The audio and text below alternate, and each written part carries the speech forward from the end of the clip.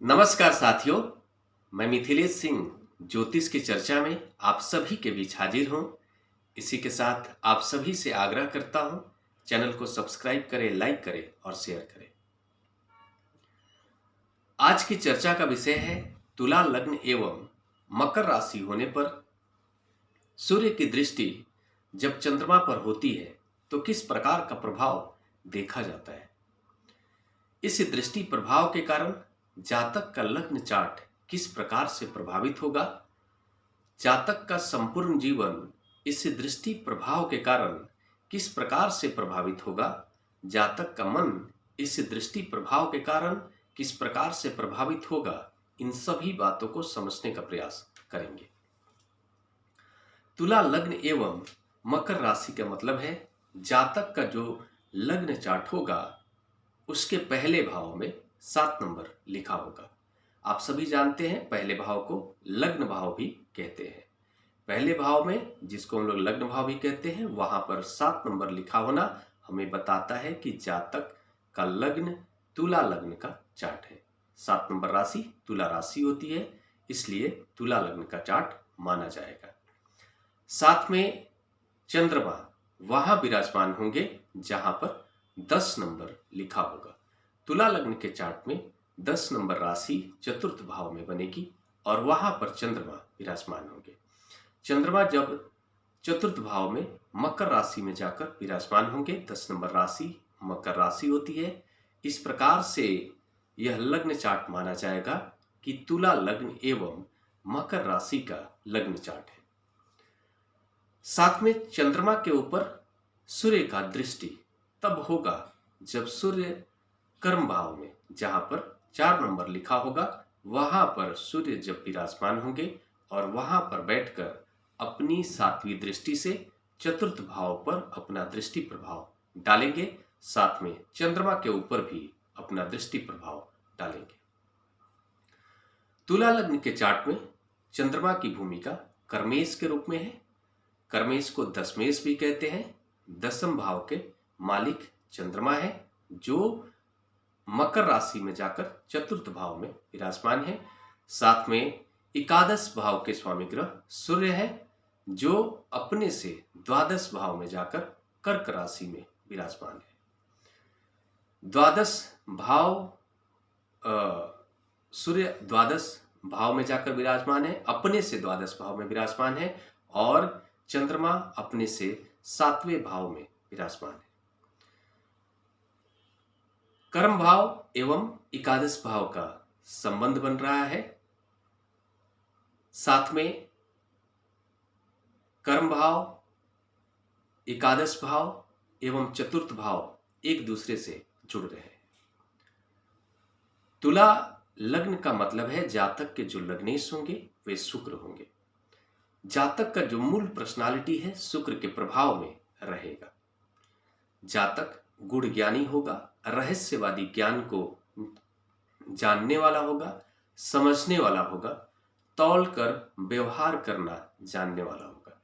तुला लग्न का जो जातक होता है बहुत ही समझदारी के साथ में सिचुएशन को अपने पक्ष में कर लेना जानता है।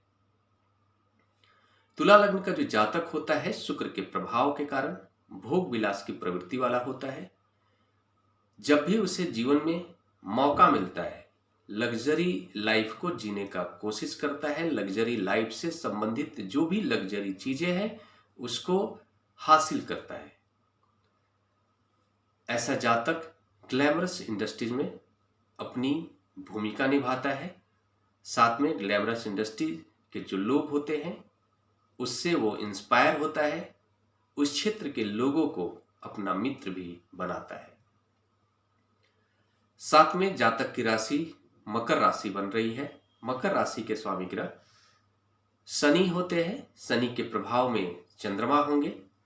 इस कारण से हम ये कह सकते हैं कि ऐसे जातक का जो मन होता है शनि के प्रभाव में रहने के कारण स्पष्टवादी होता है। ऐसा जातक स्पष्टवादी होता है, जुझारू होता है, जिद्दी होता है, न्यायिक होता है। ऐसा जातक हम ये कह सकते हैं कि जहां भी गलत हो रहा होता है उसके खिलाफ आवाज उठाने वाला होता है। शनि के प्रभाव के कारण ऐसे जातक को अपने जीवन में संघर्ष करना होता है। आसानी से कोई भी चीज शनि हासिल नहीं होने देते हैं। जो भी चीज उसे चाहिए होता है उसके लिए उसे संघर्ष करना ही होता है। शनि एवं शुक्र के प्रभाव में जातक का मूल व्यक्तित्व रहेगा। साथ में यहां पर यह देखने को मिल रहा है कि कर्म भाव के स्वामी ग्रह चंद्रमा चतुर्थ भाव में जाकर विराजमान हो रहे हैं। तो ऐसे कंडीशन में हम ये कह सकते हैं कि ऐसे जातक का जो कर्म होगा समाज सेवा से जुड़ा हुआ हो सकता है, समाज सेवी हो सकता है, जन सेवक हो सकता है, अपने जन्म स्थान पर रहकर जनता की सेवा करने वाला जातक हो सकता है, एग्रीकल्चर से जुड़ा हुआ कोई कार्य कर सकता है जातक, माता पक्ष से उसे जमीन जायदाद भी प्राप्त हो सकता है। और साथ में यहां पर यह भी देखने को मिल रहा है कि एकादश भाव का संबंध कर्म भाव से, और कर्म भाव में जाकर एकादश भाव के स्वामी ग्रह सूर्य बैठ रहे हैं। सूर्य का 10वें भाव में बैठना बहुत ही अच्छा माना जाता है। ऐसे कंडीशन में जातक उच्च अधिकारी बनता है। सरकार से जुड़े हुए जो लोग होते हैं, बड़े अधिकारी होते हैं, बड़े राजनेता होते हैं, उसके साथ में जातक के संबंध देखे जाते हैं। जातक खुद भी उच्च अधिकारी हो सकता है, राजनेता हो सकता है, सरकार से जुड़ा हुआ कोई कार्य कर सकता है, और सरकार से जुड़ा हुआ अगर कोई कार्य करता है तो उसमें वो सफल भी होता है। लेकिन यहां पर हमें यह भी देखने को मिल रहा है कि सूर्य का संबंध कहीं ना कहीं शनि से भी बन रहा है। शनि की राशि पर सूर्य का दृष्टि प्रभाव हो रहा है। इनडायरेक्टली शनि का संबंध सूर्य से होना बताता है कि जातक को अपने कार्य क्षेत्र में ही उसके कार्यों के कारण जातक के ऊपर कोई लांछन लग सकता है, उसकी बदनामी हो सकती है। इस तरह की स्थिति देखी जा सकती है। लेकिन साथ में यह भी कहेंगे कि ऐसा जातक जीवन में शोहरत भी हासिल करता है, और उस शोहरत के हासिल करने के कारण या फिर उससे जिलस रखने के कारण चाहे जैसे भी उसके व्यक्तित्व पर दाग जरूर लगता है। जातक को सावधान रहने की आवश्यकता है। सूर्य का जब चंद्रमा पर दृष्टि प्रभाव होता है तो ऐसे कंडीशन में जातक का अपनी माता के साथ में वाद विवाद भी करवाता है। जातक के मन के अंदर अहंकार की प्रवृत्ति को बढ़ाता है, गुस्से की प्रवृत्ति को बढ़ाता है, माता के स्वास्थ्य पर भी प्रतिकूल प्रभाव देता है, और जातक को जन्म स्थान छोड़ने के लिए यह दृष्टि प्रभाव परिस्थितियों को जन्म देता है। कभी कभार हो सकता है कि जातक जन्म स्थान पर ही रहकर अपना कार्य कर रहा हो, लेकिन कोई ऐसा सिचुएशन बन जाए जिससे जातक को अपने जन्म स्थान से दूर जाकर के रहना पड़े। ऐसी स्थिति भी बन सकती है।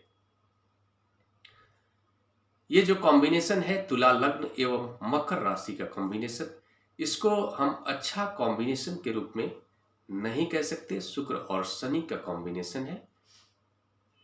शुक्र भोग विलास के कारक ग्रह माने जाते हैं, और शनि जो है न्याय के देवता माने जाते हैं। तो जहां पर न्याय के देवता का संबंध भोग विलास से होगा, वहां पर आप ये मान सकते हैं कि यह एक नकारात्मक संयोग है, नकारात्मक कॉम्बिनेशन है। इस कॉम्बिनेशन के साथ में अगर किसी का भी लग्न चार्ट है तो ऐसे जातक को अपने जीवन काल में अपने भोग विलास की प्रवृत्ति पर नियंत्रण रखने की आवश्यकता है, नहीं तो मुश्किलों का भी सामना करना पड़ सकता है, बदनामी भी हो सकती है। जो भी प्रभाव बताए गए हैं ये सामान्य प्रभाव है। इन सभी प्रभावों में कमी या बढ़ोतरी दोनों देखा जा सकता है। यह डिपेंड करेगा कि सभी ग्रहों का प्लेसमेंट किस प्रकार का है, सभी